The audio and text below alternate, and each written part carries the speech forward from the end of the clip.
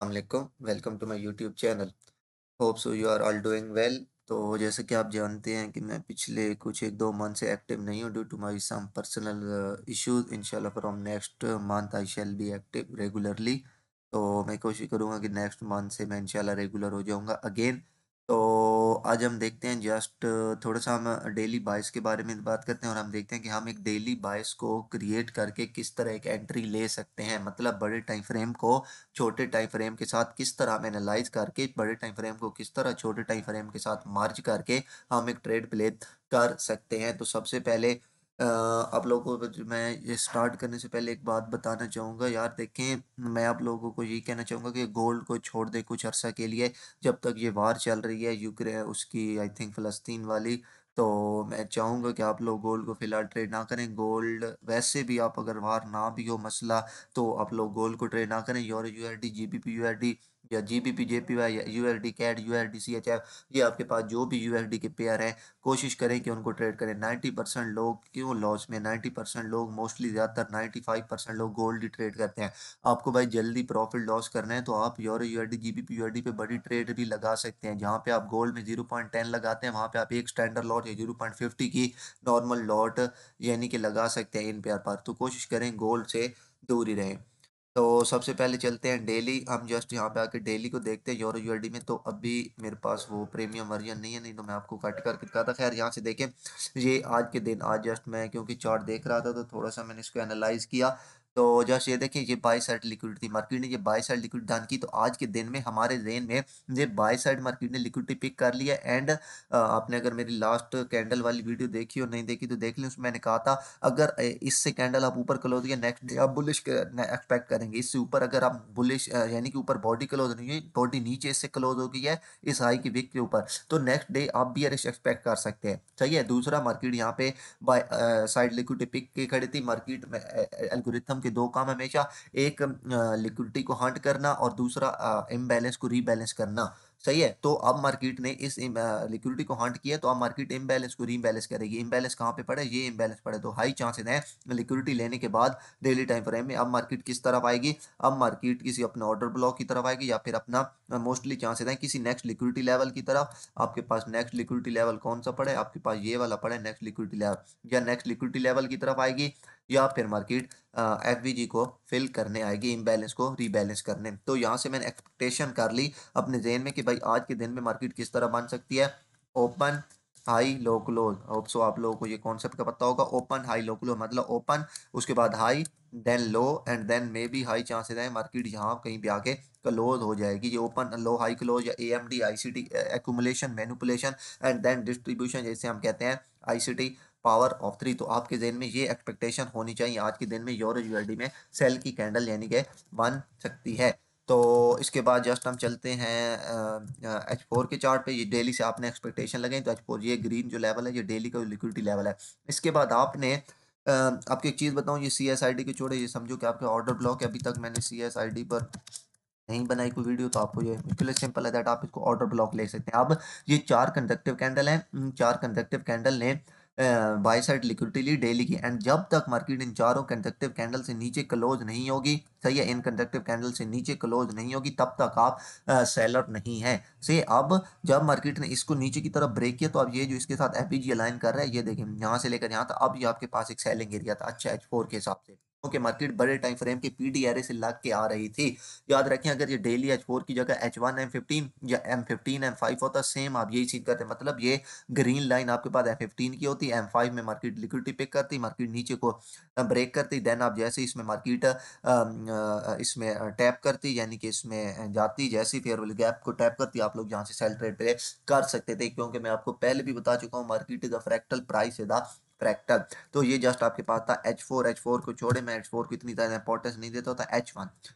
अब अगर यहाँ से H1 में है तो ये आपके पास ग्रीन लाइन कौन सी है, ये आपके पास है H4 का ऑर्डर ब्लॉक, सही है? H4 का ऑर्डर, अब आप देखें ये ग्रीन लाइन है, मार्केट लिक्विडिटी पिक कर रही है। आज की आपकी क्या एक्सपेक्टेशन थी? आज की आपकी एक्सपेक्टेशन है सेल साइड की तरफ से। तो ये ओपनिंग लेवल आपके पास कहाँ से होता है? 0-0 से आपका मार्केट ओपनिंग लेवल, आपने जो open, high, low and then close expectation करनी है, वो मार्केट मिडनाइट 0-0 के बाद आपका एक ओपन होता है, सही है? तो ये अगर मैं 0-0 को, ये ओपन, ये मार्केट जैसे ही यहाँ से हाई गई, then low and then high, chances है मार्केट यहाँ कहीं पे आप क्लोज हो जाएगी। मार्केट अगर इससे ऊपर क्लोज नहीं होनी चाहिए, ये इस 0-0 मिडनाइट से ऊपर, क्योंकि आपका सेलिंग डे है, आप लोग सेल एक्सपेक्ट कर रहे हैं। लेकिन H1 में अगर देखें तो मार्केट यहाँ पे कंसोलिडेशन में थी, तो ये मैं एक्सपेक्ट कर रहा था मे बी मार्केट इस H1 के एफवीजी में टैप करे, क्योंकि यहाँ पे H4 के एफवीजी H1 के एफवीजी के साथ अलाइन कर रहा, तो ये आपके पास एक हाई प्रोबेबिलिटी वाला सेटअप, हाई प्रोबेबिलिटी वाला एरिया बन सकता था सेलिंग के लिए।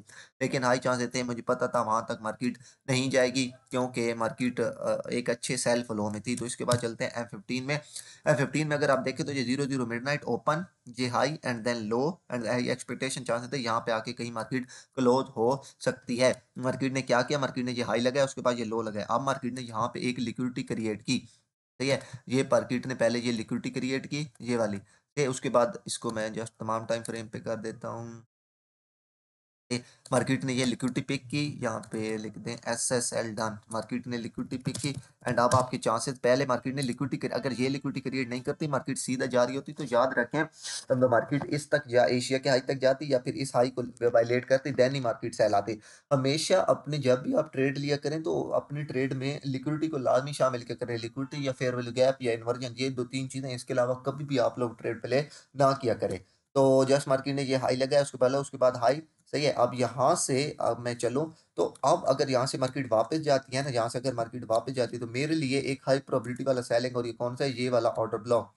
सेम वही सीन जो अभी H1 में हुआ था, अब M15 में हुआ है। मार्केट बार-बार, market is a fractal, market अपने आप को बार-बार दोहराती है। जैसा कि अभी डेली और H4 में हुआ था, अभी ये देखिए मार्केट ने ये लिक्विडिटी पिक की, एंड देन मार्केट ने ये जो लास्ट 3 कैंडल थी, इसे आप कहते हैं CSID, change state of delivery, लेकिन छोड़े, आप इसको जस्ट कहते हैं OB ऑर्डर ब्लॉक। तो ये आपके पास क्या है? 3 कैंडल, एक बियरिश OB है। बियरिश OB के साथ आपके पास क्या आ रहा है? बियरिश OB के साथ आपके पास आ रहा है fair value gap. Got it? तो ये आपके पास एक हाई प्रोबेबिलिटी वाला एरिया है फॉर सेलिंग। यहाँ से आप सेल ट्रेड, अगर आपको कोई यहाँ पे आके अपॉर्चुनिटी मिलती है M1, M2, M3 में, तो आप लोग यहाँ से सेल साइड की तरफ जा सकते हैं। तो इसके बाद जस्ट मैं चलता हूँ, इसको मैं यहाँ से कैंसिल करता हूँ, और आज की ट्रेड देखते हैं कि आज आपको यहाँ से क्या, कौन सी ट्रेड मिली। तो सबसे पहले देखें, यहाँ से आपके पास जब मार्केट ने ये बाय साइड की लिक्विडिटी डन की ना, तो उसके बाद आपने सेम उसी चीज़ का इंतज़ार करना था, CSID का या फिर ऑर्डर ब्लॉक का। सही है? तो मार्केट आप देख सकते हैं, मार्केट ने ये हाई, ये लो एंड देन ये हायर आई। अब आपके पास ये जो लास्ट 2 कंडक्टेड 3 कंडक्टेड कैंडल थी M5 में, जब मार्केट इससे नीचे कैंडल क्लोज़ करे, ये यहाँ से नीचे जैसे ही कैंडल क्लोज़ हुई, ये कैंडल अभी आगे, इसको छोड़ दें, इस कैंडल को देखें। जैसे ही आपके पास मार्केट ने ये कैंडल की बॉडी क्लोज़ की, याद रखें ऑर्डर ब्लॉक के लिए कोई इंपॉर्टेंट नहीं होता विक से नीचे क्लोज करना, CSID के लिए, सही है? इसे हम कहते हैं CSID, change in state of delivery. मैं बहुत जल्दी इस पे वीडियो बनाऊंगा। तो अब जैसे ही मार्केट इस 3 कंडक्टिव कैंडल, अगर एक ही कैंडल होती तो फिर एक को लेते, ये 3 कंडक्टिव कैंडल, जैसे ही मार्केट इस 3 कंडक्टिव कैंडल से नीचे क्लोज हुई, इसकी बॉडी से नीचे, नॉट विक से नीचे, सही है? याद रखें बॉडी से नीचे। अब आपके पास ये एक हाई प्रोबेबिलिटी वाला एरिया है फॉर सेलिंग, सही है? आप लोग यहाँ से सेल ट्रेड प्ले कर सकते हैं, ये इस लेवल से। एंड आपका एसएल कहाँ पे होना चाहिए? इस सीन में आपका एसएल हमेशा यहाँ पे होना चाहिए। एंड आपका टारगेट लेवल, याद रखें, अब आपने यहाँ पे टारगेट के लिए दो चीजें कर सकते हैं। एक तो सेल साइड लिक्विडिटी, और यहाँ पे पड़ी थी ये 1/2.53 रिस्क बराबर है, या फिर दूसरी चीज आप 2 या 2.5 स्टैंडर्ड डेविएशन तक टारगेट रख सकते हैं। स्टैंडर्ड डेविएशन की मैं पहले बहुत डिटेल से वीडियो बना चुका हूँ, अगर आप लोगों ने नहीं देखी तो आप लोग देख सकते हैं। तो यहाँ से लेके यहाँ तक हम स्टैंडर्ड डेविएशन प्लॉट करेंगे, तो स्टिल देखें, मैं आपको यहाँ से पता चल जाएगा। मैं इसलिए कहता रहता हूँ, आईसीटी कहता है कि ये मार्केट एल्गोरिथमिक मार्केट है। मतलब आप लोग देखें किस तरह, यानी कि एक, यहाँ से इसको मैं कर लेता हूँ, ये देखें किस तरह से ये लिक्विडिटी लेवल के साथ -2 और -2.5 का एरिया यानी कि मैच हो रहा है। तो मतलब ये जो -2 और -2.5 होता है, अगर आप एक प्रॉपर जगह से ट्रेड प्ले कर रहे हैं, change in state of delivery पर या फिर ऑर्डर ब्लॉक पर, ऑर्डर ब्लॉक जो है चेंज स्टेट ऑफ डिलीवरी पर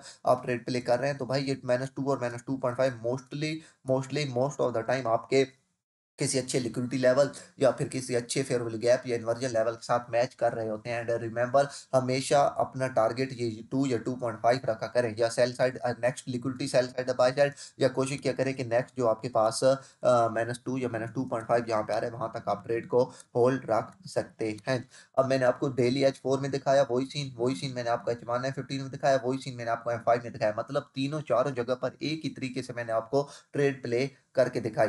सही है, तो ये आप एक इसी को जस्ट आप वो कर लें CSID, मैं बहुत जल्द इस पे वीडियो बनाऊँगा, तो this is enough for you. लेकिन आपके बायस क्लियर होने चाहिए। मैं अब सेल के लिए क्यों वो था, अब सिर्फ मैं सेलिंग इसलिए देख रहा हूँ भाई, ये चीज़ देखा करें सबसे पहले डेली H4 इनको H1 को एनालाइज़ किया करें। अब मैं सेल में इसलिए कॉन्फिडेंट था, मैं बार-बार सेल इसीलिए देख रहा था क्योंकि भाई मार्केट बाय साइड की लिक्विडिटी उठा चुकी थी। अब मुझे पता है मार्केट ने बाय साइड को हंट कर लिया है, अब मार्केट सेल साइड को टारगेट करेगी, और मार्केट ये बाय साइड हंट करने के बाद अगर नेक्स्ट डे जहाँ पे मैं एक्सपेक्टेशन नहीं थी कि लाजिम मैं सेल आएगी, क्योंकि मार्केट इसके ऊपर अगेन बॉडी क्लोज कर सकती थी, मार्केट नेक्स्ट इस लिक्विड को टारगेट कर सकती थी, लेकिन मार्केट ने जब एक डे की कैंडल सेल में क्लोज की, तो अब नेक्स्ट डे के हाई चांसेस थे कि मुझे सेल की तरफ ही देखना चाहिए, ओपन हाई लो क्लोज मुझे ये एक्सपेक्टेशन करनी चाहिए।